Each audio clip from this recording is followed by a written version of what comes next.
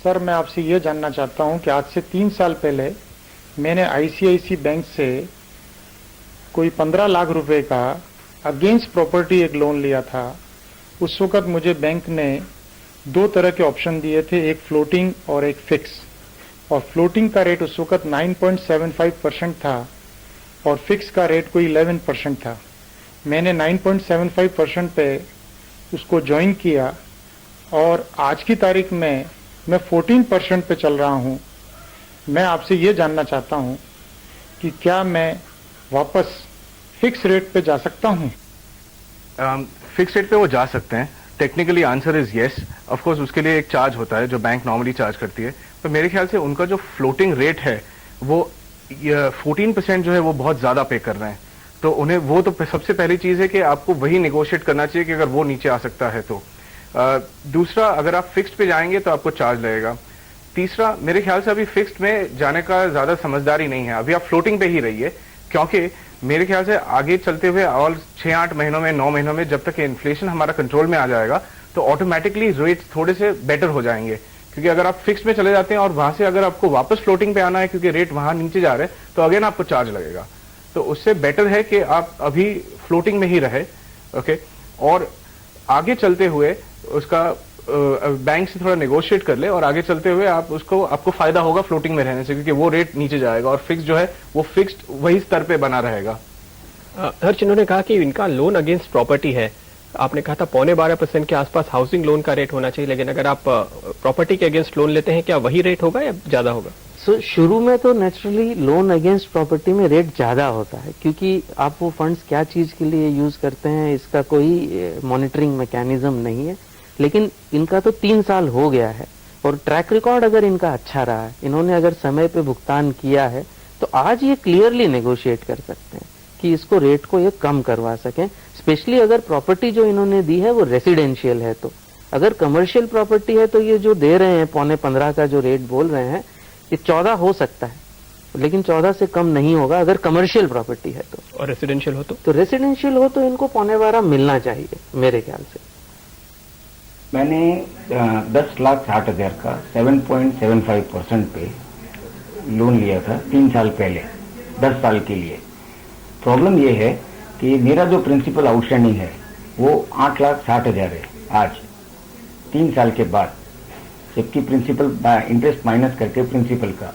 मेरे एक दोस्त ने नेशनलाइज्ड बैंक में लोन लिया है, जबकि उसका प्रिंसिपल आउटस्टैंडिंग, मकान का वैल्यू सिमिलर लगभग सेम है, जबकि उसका प्रिंसिपल आउटस्टैंडिंग मेरे से 15 से 17% कम है। जबकि मेरा पीरियड बढ़ गया, आउटस्टैंडिंग उतने का उतना ही है, उसका पीरियड उतने का उतना ही है नेशनलाइज्ड बैंक में, और उसका इंस्टॉलमेंट, उसका जो प्रिंसिपल आउटस्टैंडिंग अमाउंट है वो 15 से 17% कम है। वो क्यों है, मैं ये जानना चाहता हूँ। देखिए, ये काफी ओपन एंडेड सिचुएशन है। अब क्यों है, क्या एग्जैक्टली रेट मिला था? देखिए, आधे % में भी 10-15 साल के टेन्योर पे काफी सारा फर्क पड़ सकता है। 10-15% नहीं, करीब 20-25% का भी फर्क पड़ सकता है, क्योंकि जब आप लंबी अवधि का लोन, हम ये जो सारे लोन्स होते हैं वो 10 साल, 15 साल, 20 साल के टेन्योर्स वाले होते हैं, तो इसके एग्जैक्ट डिटेल्स चाहिए, तब उनको एग्जैक्टली कंपैरिजन कर पाए। वो जो टाइप का कंपैरिजन बता रहे हैं वो शायद 100% आइडेंटिकल कंपैरिजन नहीं है, उसमें कुछ ना कुछ चेंज होगा। अब क्योंकि उनका टेन्योर 10 इयर्स का था, शायद उनका एनुअल रेस्ट पे होगा, जो आजकल मेरा अनुमान है कि आजकल कोई एनुअल रेस्ट तो चार्ज करता नहीं, सब मंथली रेस्ट ही करते हैं, ओके।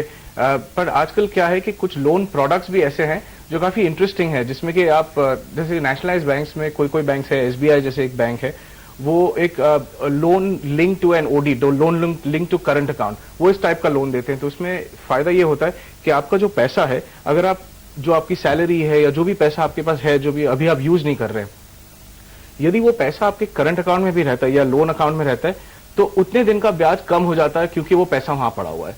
तो ये कौन सा लोन प्रोडक्ट है उनके पास या किस टाइप का लोन इंस्ट्रूमेंट है या लोन अकाउंट है, वो भी बहुत मायने रखता है। तो जो ये फर्क बता रहे हैं वो काफी ठीक है, पर इसका मतलब ये नहीं कि उनका जो फाइनेंसर है वो कुछ गलत कर रहा है। See, we must understand that also. But ये कुछ हो सकता है कि नेशनलाइज्ड बैंक में उन्होंने कुछ बेटर लोन अकाउंट लिया होगा, तो इसकी वजह से शायद ये डिफरेंस होता है। लेकिन क्या नेशनलाइज्ड बैंक बेटर होते हैं? ऐसा काफी लोगों को फीलिंग है। बेटर होते हैं, क्योंकि कुछ कुछ सॉफ्ट चीजें होती है, जैसे कि रिलेशनशिप है, दैट दे आर बेटर, वो लोग कंसिडरेट होते हैं। वो थोड़ा सा, अगर आपका उनके साथ लंबा बैंकिंग रिलेशनशिप है तो आपको थोड़े से वो फायदे होते हैं। आपको थोड़ा सा रेट का भी फायदा हो सकता है आपको, वो क्योंकि इंटीमेट कांटेक्ट होता है और कॉल सेंटर से आप बात नहीं कर रहे हैं, तो आपको वो शायद एक बेटर एडवाइस भी दे सकते हैं कि आप normal term loan type of home loan ना लीजिए, मर के ये टाइप ऑफ लोन लीजिए, तो उसमें भी फायदा हो सकता है। तो ये सारी चीजें नेशनलाइज्ड बैंक नॉर्मली बता सकती है अपने कस्टमर्स को। जी, मेरा पीएनबी बैंक से लोन चल रहा था, होम लोन चल रहा था, और तकरीबन मेरे 5,000 की किस्त जाती थी।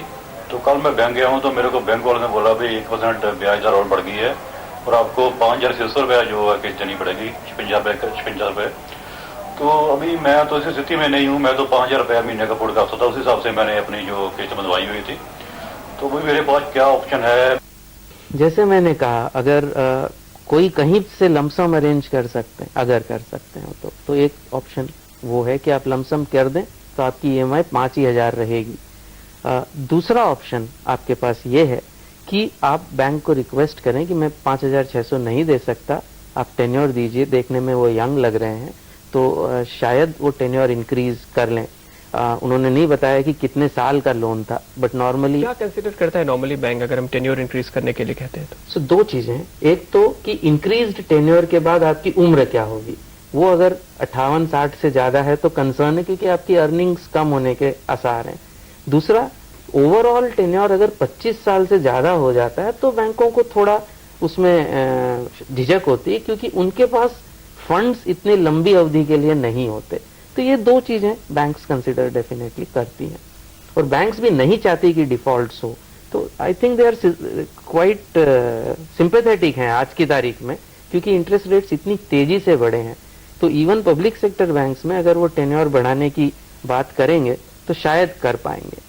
कार्तिक, एक सवाल और मेरे दिमाग में आता है हाउसिंग लोन को लेकर के। आमतौर पे 20 लाख से ऊपर का अगर लोन हो तो रेट थोड़ी ज्यादा होती है। अगर मान लीजिए कि मेरा एक लोन है 30 लाख का, जब मैंने 10 लाख प्रिंसिपल पे कर दिया, क्या उसके बाद मैं नेगोशिएट कर सकता हूँ बैंक से कि अब मुझे ½ % कम दो? जी बिल्कुल कर सकते हैं, पर ये ध्यान में रखें कि आपका जो टेन्योर है, क्योंकि बहुत सारे वक्त पे बैंक ये भी करते हैं कि अगर आपने इतना सारा प्रीपेमेंट कर दिया तो बैंक को ये भी लगता है कि अगर ये इस रफ्तार से प्रीपेमेंट होगा तो मैं इस लोन पे कुछ ज्यादा कमाई नहीं कर पाऊंगा। तो वो लोग झिझकते हैं कि आपको, वो बोलते हैं ठीक है आपको टेन्योर में थोड़ा सा बढ़ा दूंगा या आपका ईएमआई में ये एडजस्टमेंट कर दूंगा। आप जो भी करें, आप अगर प्रीपेमेंट करें, आप ऑफकोर्स पूछ सकते हैं कि मेरा रिड्यूस कर दीजिए, बट साइड बाय साइड आप ये भी कहिए उनको को मेरा टेन्योर रिड्यूस करो अगर थोड़ा सा हो सकता, क्योंकि आपका ब्याज जो है वो कम जाएगा। और बैंक ये नहीं चाहती कि आप अपना टेन्योर रिड्यूस करें। बैंक अगर कोई दुविधा होती है, जैसे कि हम किसी अलग ग्राहक के बारे में बात कर रहे हैं, तब कोई चॉइस नहीं होता तो लास्ट रिजॉर्ट पे हम टेन्योर एक्सपेंड कर सकते हैं। अदरवाइज प्रीपेमेंट करके नेगोशिएट भी कीजिए और ये भी नेगोशिएट कीजिए कि मेरा टेन्योर कम करो। जी हर्ष, एक सवाल जो सबके दिमाग में है इन दिनों वो ये है कि क्या ये सही वक्त है प्रॉपर्टी लेने का? लोन रेट काफी ज्यादा है, प्रॉपर्टी प्राइस शायद कम होने वाले हैं, क्या राय देंगे?